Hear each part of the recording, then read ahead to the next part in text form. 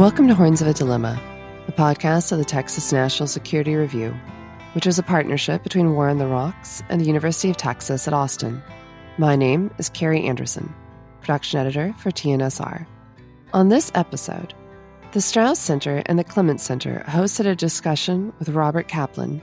In a wide-ranging talk, Kaplan offers his thoughts on the Middle East, U.S. foreign policy, the war in Ukraine, and the importance of imagination. Bob Kaplan is the best-selling author of 22 books on foreign affairs and travel, translated into many languages, including, of course, The Loom of Time, but also The Tragic Mind, Adriatic, The Good American, The Coming Anarchy, Balkan Ghosts, Asia's Cauldron, and The Revenge of Geography. And I've spoken to many of you today during the course of the visit, and I know that we've each been influenced deeply by different ones of those books. He now holds the Robert Strauss Hupé Chair in Geopolitics at the Foreign Policy Research Institute. For 3 decades, he reported on foreign affairs for The Atlantic. And his article, The Coming Anarchy, was heralded as a prescient predictor of many of the entropic developments in foreign affairs since the middle of the 1990s after the Cold War. He's also served as a visiting professor at the Naval Academy, a senior fellow at the Center for a New American Security in Washington, where he and I met, and a member of both the Pentagon's Defense Policy Board and the U.S. Navy's executive panel. I could read dozens more encomia and impressive accomplishments, but I'll just read one. The New York Times columnist Tom Friedman has called Kaplan among the 4 most widely read authors defining the post-Cold War era. And the others on that list were Francis Fukuyama, Yale professor Paul Kennedy, and the late Harvard professor Samuel Huntington. That is rare company indeed. Please join me in welcoming Bob Kaplan. Thank you. Thank you. Thank you. Before we start more prosaically, I should note that I'm Adam Klein, director of the Strauss Center for you're not here to see me, that's why I didn't start with me, on international security and law here at the University of Texas at Austin. I also want to acknowledge our very good friends at the Clements Center for National Security, Director Joe McGuire, Deputy Director Paul Edgar, and their great staff and our great staff team led by Susan Crane that have done so much to make tonight's event possible. Bob, I started talking about our policy leaders' struggle to find the right tools with which to understand the world. And in the book, The Loom of Time, you tee off on some of the tools that they choose that tend to lead us astray. And one that has been in the news a lot lately is this binary construct of democracy versus autocracy. And I'm going to read a quote from your own words just to tee things off here.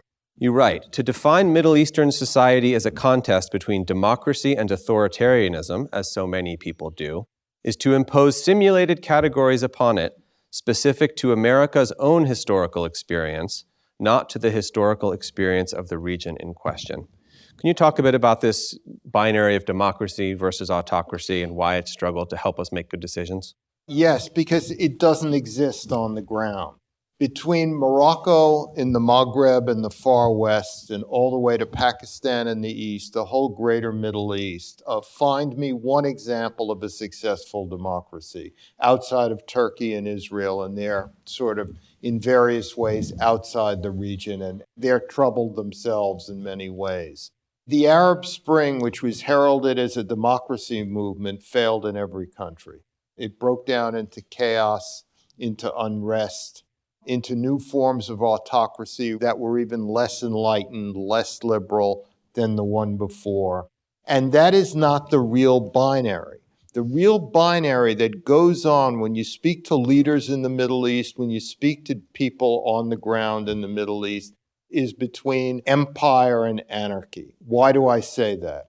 Because up until a few decades ago, the Middle East was always, throughout its history, controlled by one form of empire or another. I would say that all the problems you're reading about, Gaza, the Palestinians, Israelis, the Iraq War, take your pick, are all add up to the fact that there has never been an adequate solution to the collapse of the Ottoman Empire in 1922. Because as long as the Ottomans ruled for 400 years, there was no question about borders and ethnic boundaries because everyone owed fealty to the Sultan or to his subsidiaries in Egypt and other places. So what is the central fact of the Middle East today? Why is it grabbing the headlines so much? It's because there is no empire anymore. Empire is gone. And the stark fact when there is no empire is how to prevent anarchy in so many places. I divide Middle Eastern countries into two categories that have to do with geography and not political science. It's what I call age-old clusters of civilization like Tunisia, Morocco, Egypt, places that for thousands of years were an identifiable place with an identifiable geography and borders. Outside of these age-old clusters of civilization, there are, on the other hand, just vague geographical expressions. What do I mean? But let me give you an example. Egypt and Tunisia have been around for thousands of years. They have state identities that are separate from Islam. Nile Valley civilization, ancient Carthage, the Vandal Empire, the Romans, the Carthaginians in Tunisia. But what's between Egypt and Tunisia? Libya, which is nothing. It's a vague geographical expression, so that you have northwestern Libya has always been focused more to Carthage, to Tunisia throughout history. Eastern half of Libya always focused towards Alexandria. And that's why the more artificial the country, like Libya as merely one example, the more extreme the autocracy in order to hold it together. Can you talk a bit drill down on Syria, which is a country that, of course, has experienced a shattering tragedy and collapse over the past 15 years or so. Talk about why that happened and the ethnic map of Syria, which you lay out in such fascinating detail in the book, and the geography that it's overlaid on, and how that arguably has determined Syria's fate. In 1998, I was at Davos, and I argued something that I had written in the Atlantic magazine in 1993. And I said something that was seen as very provocative, somewhat off the wall. I said, Syria is not a real country.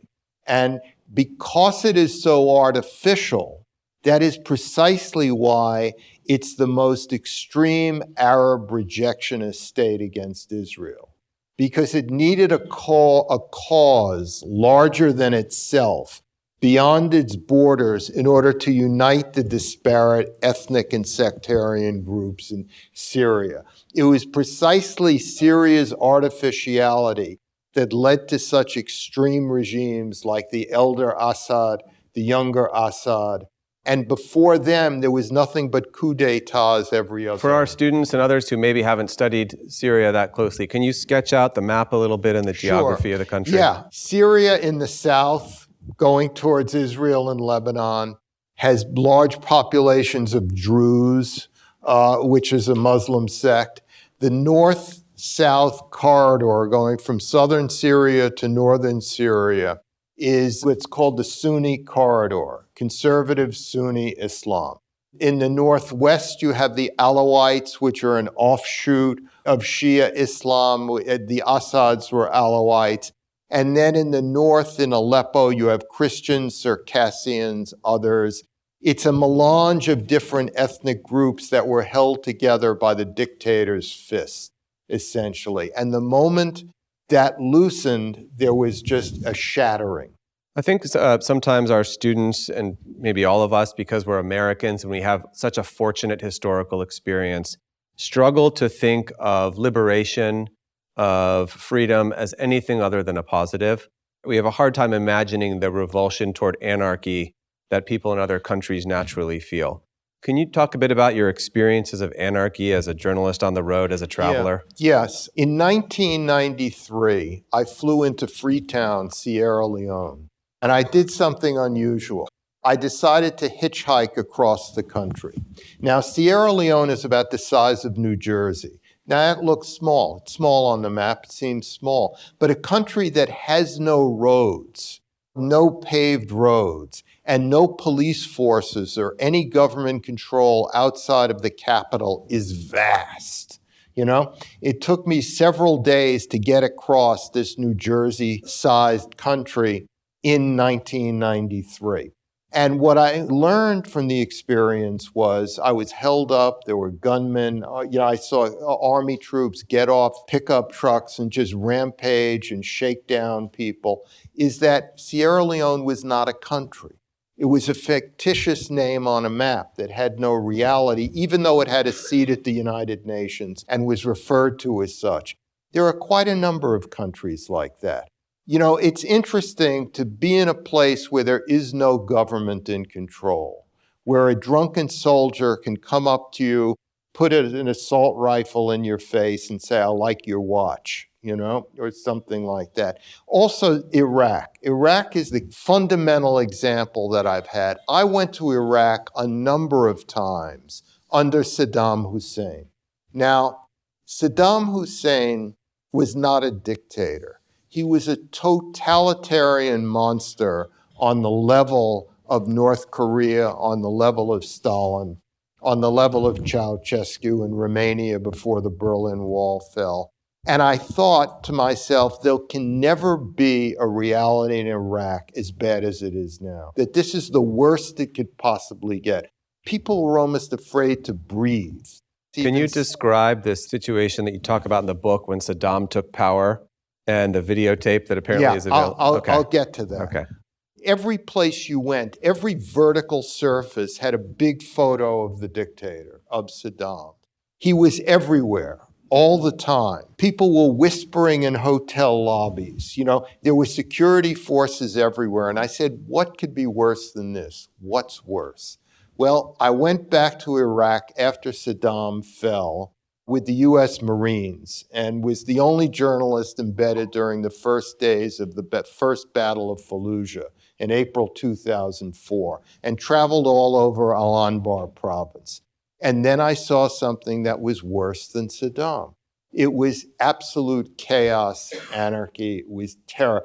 People talk about disorder in very kind of nonchalant terms that order is not so important, we should experiment with it, we should try to have more freedom. They've never experienced disorder, where there is nobody who can protect you on the street from an armed gang or so. Yes, about Saddam's level of dictatorship. There is a video which you can find on YouTube. When Saddam got control of the Ba'ath Party in the summer of 1979, he called a meeting, a big party meeting. And he said, "I am now going to read out the names of traitors." And everyone in the room froze. They got nervous. And each name he read out, and by the way, he was smoking a Cuban cigar given to him by Fidel Castro. And he read out a name, and security agents would come in and grab the man and take him out and shoot him, And everyone was perspiring and sweating. And he read out 69 names. It took him like an hour and a half because he made sure there was a big space between each name. And then when he said, "Now who's left are my loyal compatriots," and there was this heavy sigh of relief. And everyone stood up and shouted, "Long live Saddam." And of course, none of them were traitors because, Lenin had this strategy that Saddam inherited, which was it's not enough to punish the guilty because the guilty know they're guilty. So you're not really achieving anything by just punishing the guilty. You have to punish the innocent too, because that way you can achieve total terror in a society. And with total terror, you can do anything you want.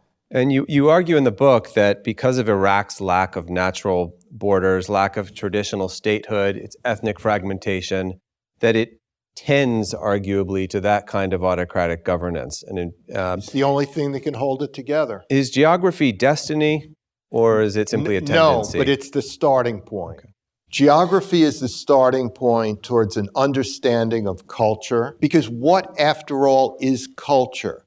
It's the collective experience of a large group of people on the same landscape for hundreds and thousands of years that leads into identifiable behavior patterns and such, and that's what constitutes culture. So from geography, you get culture, you get natural resources, you get trade routes, You get politics even. Whether a country has a coastline and near an important sea line of communication or does not makes a very, very big difference. So geography is not the end of the story, but it's kind of 30–40% of the story. And what's happened in the United States as the study of political science has overtaken the study of classical 19th century geography is that you've just eliminated 30 or 40% of the story. Let's talk about something else that may have been eliminated, which is culture. This is a very fraught subject nowadays. It's especially on universities of all places. You talk in the book about the influence of Edward Said. How many people here have read Orientalism or were assigned it in undergrad? I figured it would be a fair number. I'm putting my hand up too. And you have a respectful and fairly admiring account of Said, but you also say that Said's mindset has intimidated journalists and others from offering up analyses that might be criticized as Orientalist. First, can you perhaps give a very quick summary of Said's basic thesis for those who haven't read the book? Yeah. And then talk about how it has impeded our ability to understand Middle Eastern and foreign cultures generally. What I do in this book is, there are two, people have taken sides. They're either lovers of Edward Said or they're lovers of Bernard Lewis, his nemesis, who is another great Middle Eastern scholar. And what I decide to do in The Loom of Time is to give each man his due, not to take sides, to lay out what Said represented and then to lay out what Lewis represented, to defend each of them in certain categories. Said basically felt that only people of that culture had the right to criticize it and to really study it and know it, that nobody from outside that culture could ever know it ultimately, and therefore had it cease and desist from writing about it. I'm simplifying greatly. Bernard Lewis was a scholar born and educated in Great Britain who went on and was a philologist. He spoke Turkish, Persian, Arabic, Hebrew. He was a great Middle Eastern expert in his own right, but he had the opposite opinion of Said. He believed that if only Arabs can study Arabia, or if foreigners could not study Persia or something like that, the cult, as Said said, they're appropriating our culture. And Lewis said, nothing's being appropriated. Culture isn't a finite thing like a bar of gold that you can steal. Anybody can study it. Anyone can offer up their opinions. It's inexhaustible.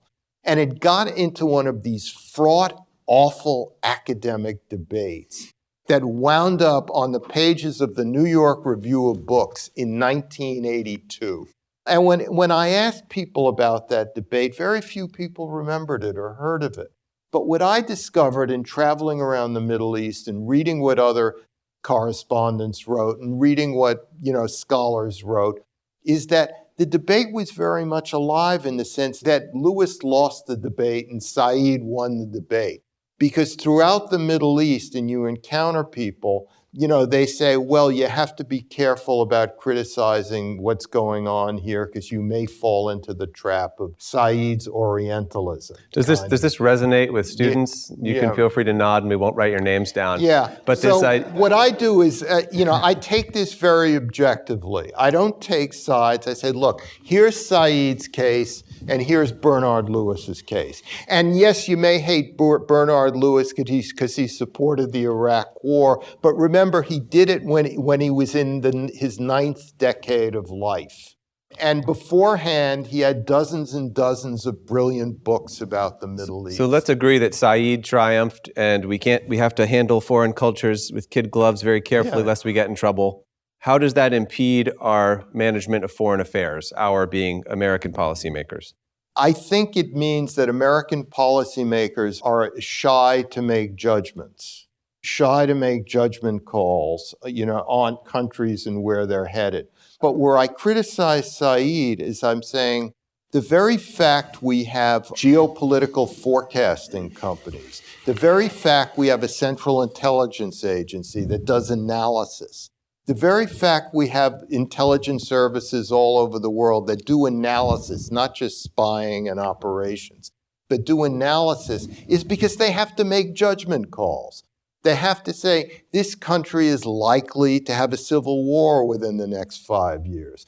or it's very fragile here in 5 years. And Edward Said has delegitimized all of this, saying if you're not from the former Yugoslavia, you can't make a judgment call on Yugoslavia, in a sense. I don't think intelligence services or others have been that much affected by Said because they don't read him as much, but academics do. And and that's why I find a lot of academic writing is not a lot, but a good part of it beats around the bush. It doesn't get, you're an expert. Make a judgment.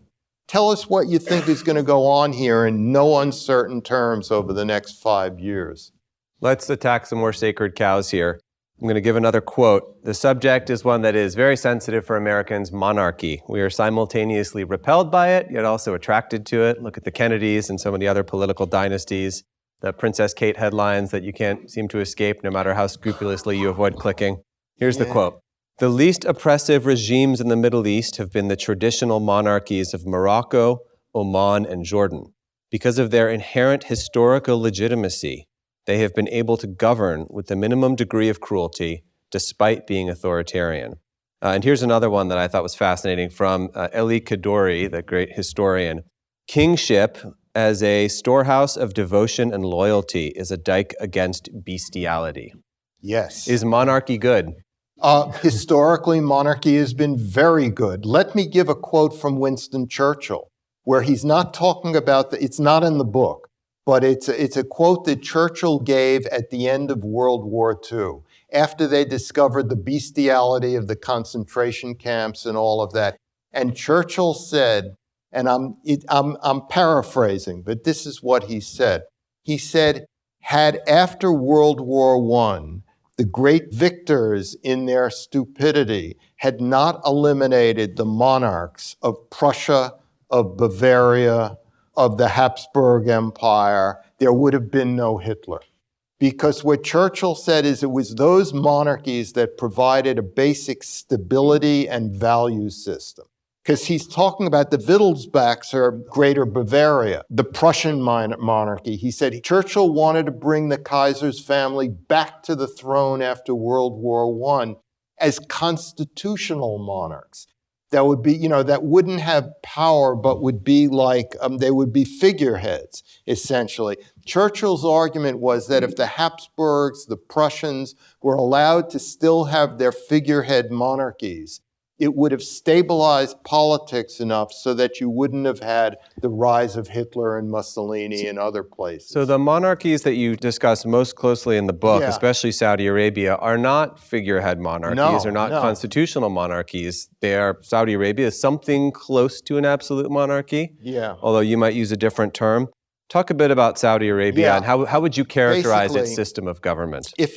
Morocco, Jordan, Oman have had exemplary governments given the circumstances, and they've all been monarchies. Why is that true? And then I'll get to Saudi Arabia in a second. That is true precisely because they had legitimacy, perceived legitimacy.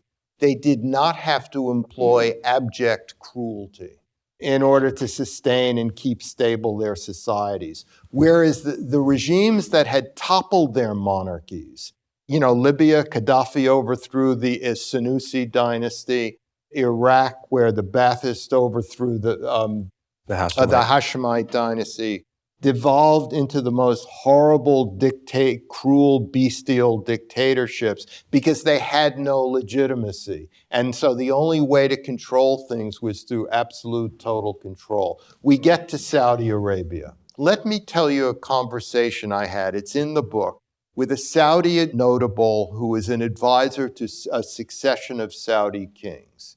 He said to me, look, we've been around this line of Saudi kings for 120 years. We've had about 8 changes of regime because a leader dies. There was never a coup d'etat. There was never instability or chaos or anything. The closest we had was that when King Faisal was assassinated by a young prince in 1975, it took 48 hours to get a new king. And the new king, by the way, was just like Faisal. He was a moderate conservative, traditional autocrat like all Saudi kings. He said, look, we've governed the country with stability, with predictability, with good governance, especially in the cyber age with MBS, Mohammed bin Salman, we can get into that. And what do you Americans want us to do? To turn us into a Libya? Look at the Arab Spring there. To turn us into the dead-end regime now in Egypt? Look what happened in the Arab Spring there. Look what happened in the Arab Spring in Syria. So we want no part of your democracy. In Saudi Arabia, we have a social contract. And the contract goes like this. The regime provides predictability, safety. It's not overly oppressive for most people. And it provides technology, generally efficient administration. And in return, the population agrees not to dare to attack the regime. How is that social contract forged, though? In America, we had the constitutional process, we have the possibility of amendment, we have a legislature. So certainly many Americans steeped in our political theory and political history would argue that there's never been consent on the part of the people to that social contract. There is consent in Saudi Arabia and Dubai and the UAE and in Bahrain, all of that. It's not an official consent, but it's there. It's an unspoken social contract. And remember, the Saudi royal family contains about 1,500 princes from they have all different viewpoints, different parts of the country. It sort of operates like a private intelligence service for the king, just by the size of the family itself. And again, because it has inborn legitimacy. After all, the name of the country is Saudi Arabia. It's the Saudi royal family. Saudi being the Al Saud family. Right, the Al Sauds. It does not have to be overly oppressive. You have an interesting quote here. One opinion that all the people I met in Egypt, this is in Egypt, held, despite all their differences, was that the most positive development in the Middle East at the moment was the dramatic secularization of society ongoing in Saudi Arabia, under the auspices of Crown Prince Mohammed bin Salman.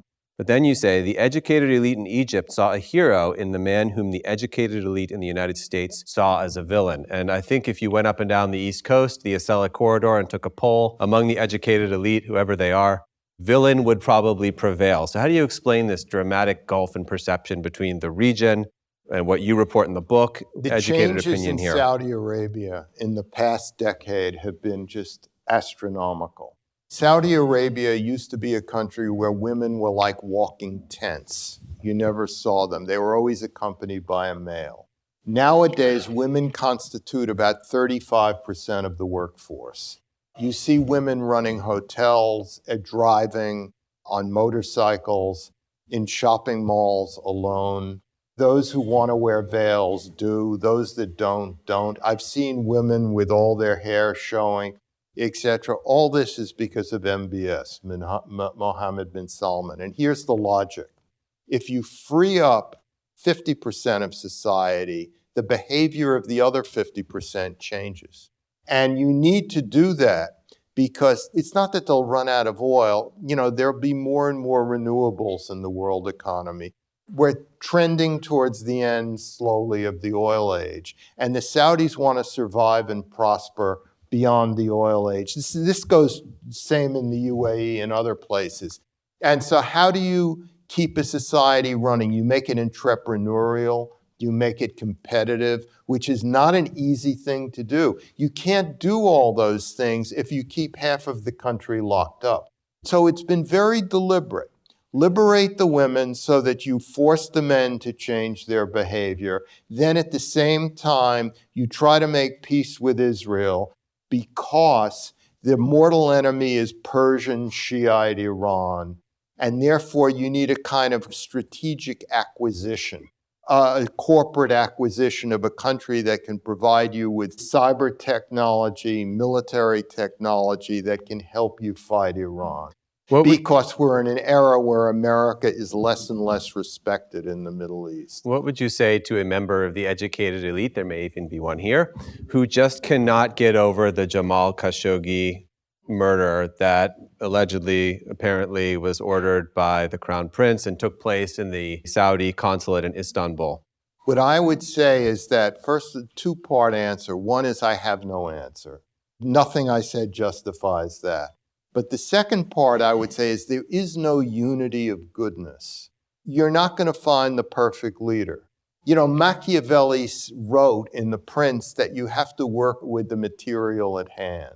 The material at hand may be thuggish, it may not be nice, but it is what it is, and you have to deal with it in some ways. The challenge, if I may speak for all Americans, is that as Americans, we are not naturally Machiavellian. And so that may be great advice for a prince, but we struggle to accept it. And I want to talk about another person who maybe embodies some of these contradictions that we struggle to digest, who's not featured in the book as a living character, but looms over it as a hovering presence, who's Lee Kuan Yew. Can you talk about who is Lee Kuan Yew for those who don't know who he is? Why is he such an important person? Why is he so admired by the emerging leaders in your book? Lee Kuan Yew was one of the great minor men of the 20th century. The great men we know, Churchill, Roosevelt, a few others, but there's a second tier of great leaders who I think are far more interesting than the top tier. And they include people, I would say, like David Ben-Gurion in Israel, Mohammed Ataturk, Mustafa Kemal Ataturk in Turkey, and Lee Kuan Yew is in that second tier.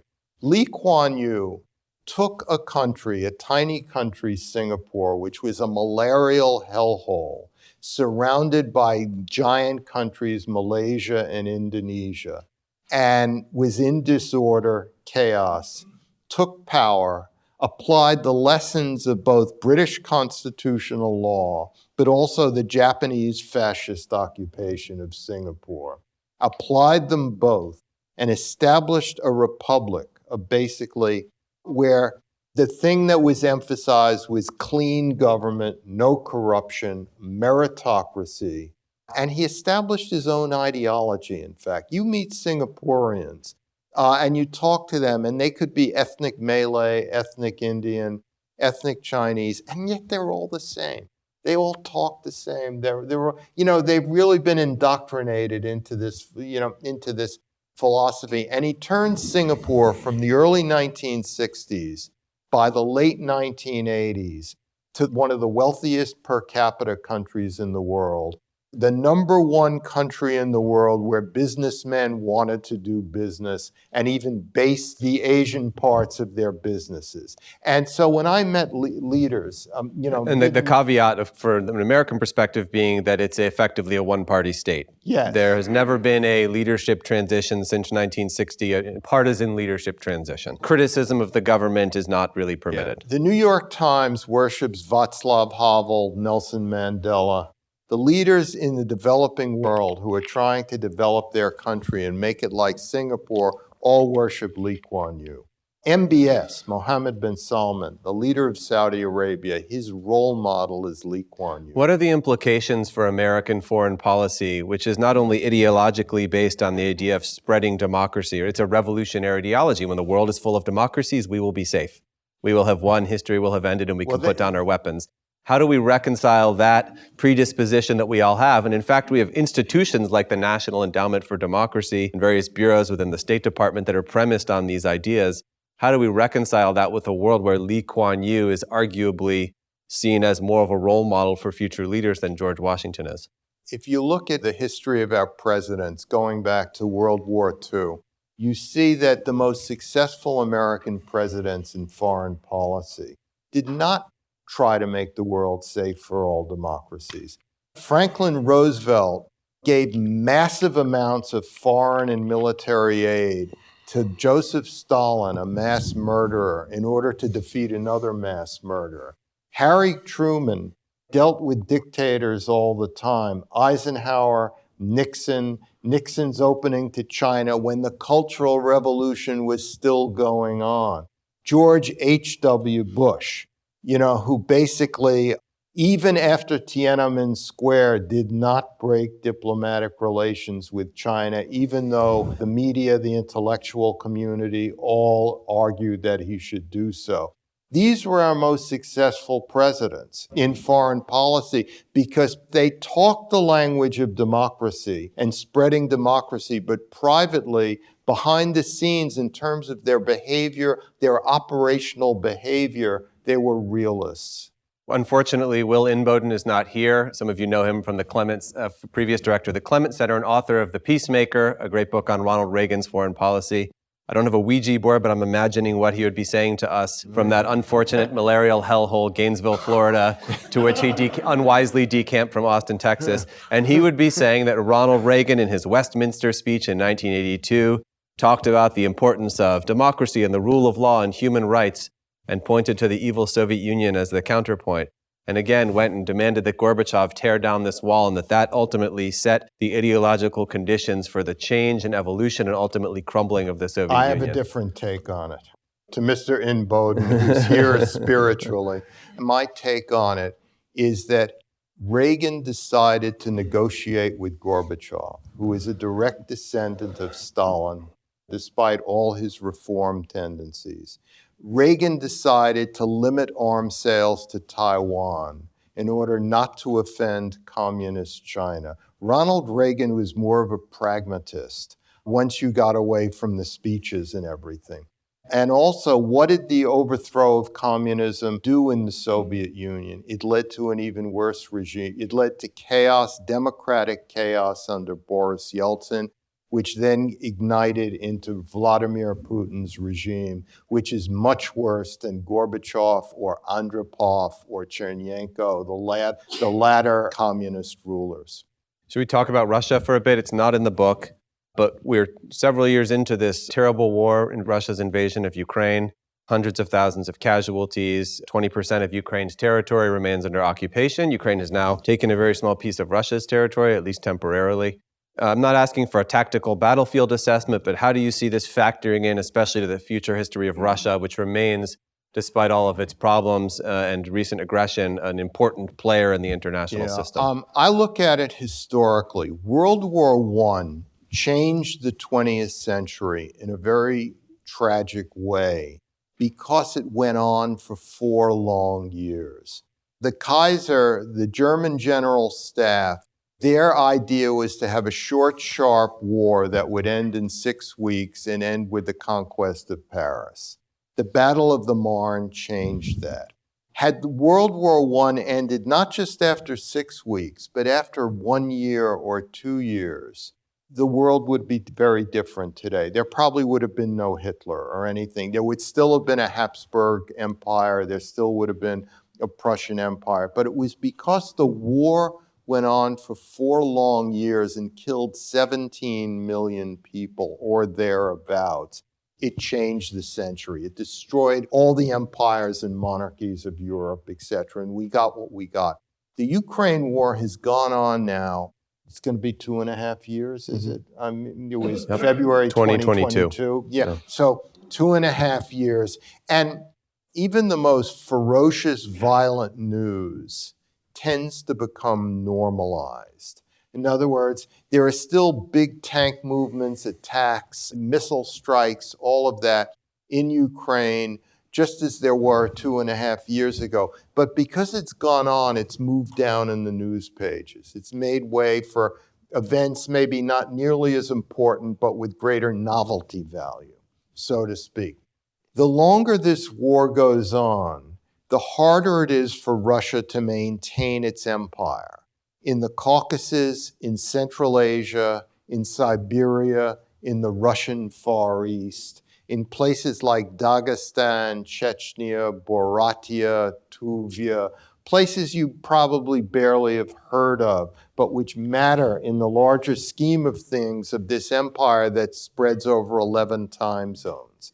And so the Ukraine war, little by little, is changing European history. Because if you had an implosion of the Russian Empire, if you had, what you could have is a low-calorie version of the former Yugoslavia. And with nukes. With nukes. The only thing worse than Vladimir Putin is no regime there. Because remember, if Xi Jinping in China were to die tomorrow or get terribly ill, China, which invented bureaucracy 5,000 years ago, is so deeply institutionalized and bureaucratized that you would have a new Politburo leader within a week or so. And the country would change. It would be dramatic, but it would go on. Whereas Putin is not like the old Soviet Politburo, where you remove Khrushchev, you move in Brezhnev and Kosygin. There's nothing around him except concentric circles of gangsters and intelligence chiefs and military people. Everybody in the elite in Russia must hate Putin because of Ukraine, but they're afraid of getting rid of him because who would replace him? What would replace him? The whole system could implode or collapse. Do you think that our present governing class is far too enamored of the prospect of Putin's fall because they think that something good would necessarily emerge after? Is that a major point of departure between you and them? Yes, absolutely. Because something good might emerge, but it has to be internally driven. We cannot influence it at all. We thought we could remake the Russian economy after the collapse of communism, and it ended in chaos. The destruction, either destruction of the Russian currency, etc. The great thing about being in Texas, for me, having moved from Washington, is that now you can take shots at the Washington governing class much more easily. So it's really fun. Let's continue to do that. You say that one problem with our foreign policy is a burgeoning in the ranks of experts drawn mainly from the most cosmopolitan and economically privileged backgrounds. People who have never known financial or physical insecurity, which can make it harder rather than easier for them to understand the ground-level reality of distant countries. Having been in Washington until very recently, I can testify that there's a ring of truth to that. Can you explain why drawing, say, from a small group of elite schools or coastal cities might be a problem? Harry Truman officially had not much qualifications to be president. He was a vice president chosen out of nowhere, and then Roosevelt died. Harry Truman fought in World War I. He knew hardship. He was a veteran of World War I.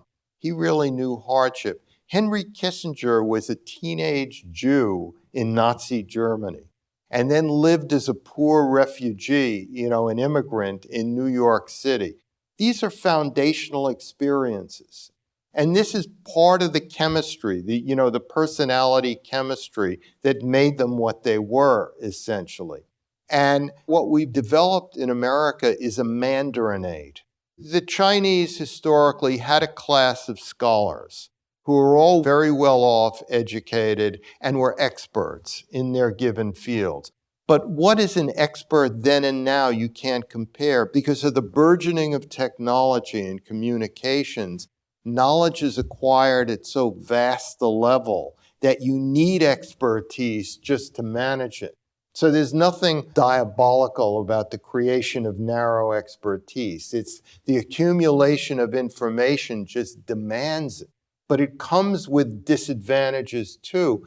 There was a great Spanish philosopher in the early part of the 20th century, Jose Ortega y Gasset, who wrote this book, The Masked Man.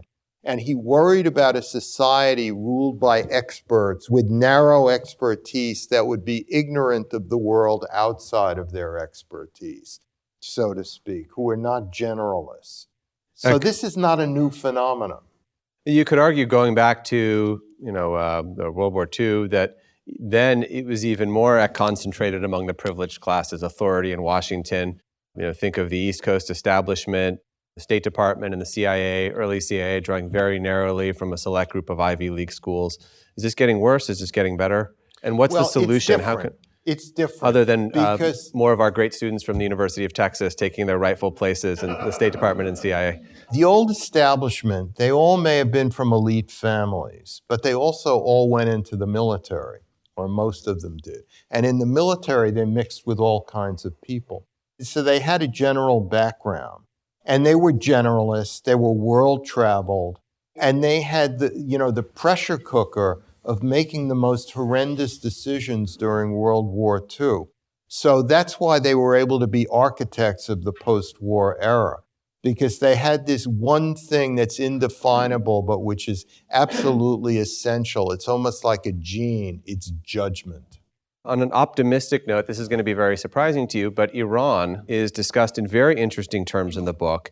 You lead into your chapter on Iran by describing it provocatively as a post-mortem on clerical Shiite Iran, which of course is the current regime. You say Iran's future will be just as tumultuous, surprising, and dramatic as its recent past, changing the greater Middle East in the process. Can you explain why you are very counterintuitively, but hopefully bullish on Iran? All right. It's not enough to analyze. You need a deep imagination. There's a character in Tolstoy's War and Peace, Count Rasputchin. And Count Rasputchin had analyzed that Napoleon could take Moscow, the city could burn down and be deserted. All right, fine. He analyzed that, but he didn't believe it. He couldn't actually imagine it deeply. So that when all that happened, he was at a complete loss of words. He had nothing to contribute, nothing. He was as surprised and shocked as anybody. And what Tolstoy is really saying is, to repeat, is that you have to use your imagination. When the Qajars were in power, nobody could imagine the Pahlavis in Iran. And the Qajars, early 20th century. Yeah, right. When the Shah was dynasty. restored to power in 1953, I think it was, after the Mossadegh rebellion, whatever, nobody could imagine a regime beyond the Shah and his son, and his prospective heir and son. Yes, there were all these intelligence reports saying, the Iranians are not happy, the economy's overheated, the Shah is not popular, but nobody could imagine it actually changing it. They knew it intellectually almost, and that's what Tolstoy is saying is not enough. And then what happened was the regime collapsed. There was a new clerical regime. Iran went from being a de facto ally of Israel to being a total enemy of Israel, from being a strong ally of the United States to being an antagonist to the United States. And now, after 45 years of a clerical Shiite regime, we have to imagine the future. And we've fallen into this trap. Well, it's gone on so long, there'll always be ayatollahs running things. It's just going to go on, one way or another. Well, maybe it won't, And what I'm saying is that the Iranian regime, imagine a clique of North Koreans ruling a whole country of South Koreans. And that's what the Iranian regime is, essentially. It's on a narrow base of support. It's supremely hated. It's destroyed the currency, destroyed the middle class. It's kept 85 million highly educated, semi-urbanized, and fully urbanized Iranians from entering the global economy. And this will change. It will be a tumultuous change. And I raise this, and it could be that Iran actually could surprise the world and become a large Middle Eastern democracy. So I'm not against democracy in theory. What I'm saying is show me the evidence. And what I'm seeing is more evidence in a post-clerical Iran than I'm seeing elsewhere. We have many students here who hopefully will be engaged in careers in public service, one way or another, or in international business and so forth. What is your best advice for them to prepare themselves to exercise good judgment, to act wisely, and also to deeply know and be able to form good decisions about the places with which they're dealing? Read literature. Don't just read policy studies. Read great fiction, poetry, novels. Get a general literary education. Because it's through fiction that a writer can more accurately tell the truth. Because he can hide behind his characters. In nonfiction, you're held accountable to your views. But a novelist can say, well, I don't really believe that. That's just my character saying that. So, the most truthful books are, in fact, works of fiction. Can you give examples that you think exemplify that? Dostoevsky's The Brothers Karamazov, where he explores the dark side of the human soul and the deep religiosity of the human soul. Anything by Tolstoy is, as I just mentioned, Joseph Conrad. And you talk about Naguib Mahfouz in the book, the great Egyptian novelist, who unfortunately was not able to fully hide behind his characters. He was stabbed by a religious assassin for his realistic portrayal of Cairo in the 1920s. Thank you for listening to this episode of Horns of a Dilemma. Do not forget to read the Texas National Security Review, which you can find at tnsr.org.